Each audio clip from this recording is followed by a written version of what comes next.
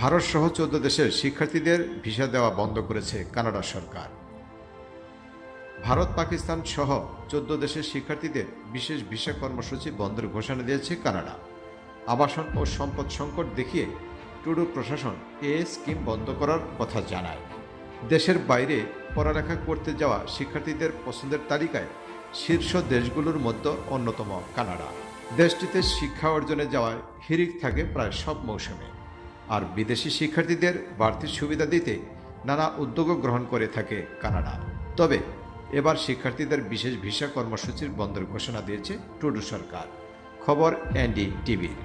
আন্তর্জাতিক শিক্ষার্থীদের মধ্যে জনপ্রিয় বিশেষ ভিসা কর্মসূচি স্কিম স্টুডেন্ট ডিরেক্ট স্ট্রিম বা এসডিএস বন্ধের খবর কানাডা সরকারের ওয়েবসাইটে বিজ্ঞপ্তিতে জানানো হয়। বলা হয়, আবাসন ও সম্পদের সংকটের কারণেই এ সিদ্ধান্ত নেওয়া হয়েছে। 2018 সালে কয়েকটি দেশের শিক্ষার্থীদের সহজ এবং দ্রুত ভিসা প্রক্রিয়ার জন্য student direct stream visa program চালু করা হয়। এটি বন্ধ হওয়ায় বিপাকে পড়বেন ভারত, পাকিস্তান, চীন, Brazil, Colombia, Costa Rica, Morocco, Peru, Philippine ও ভিয়েতনাম সহ 14টি দেশের শিক্ষার্থীরা। এসডিএস এর মাধ্যমে ভিসা আবেদন গ্রহণের সুযোগ ছিল বেশি, সেই সঙ্গে সেক্ষেত্রে ভিসার প্রক্রিয়াও ছিল দ্রুত। এ বিষয়ে কানাডা সরকার তাদের ওয়েবসাইটে বলেছে, তারা সব দেশের শিক্ষার্থীদের সমান সুযোগ দেওয়ার বিশ্বাসী।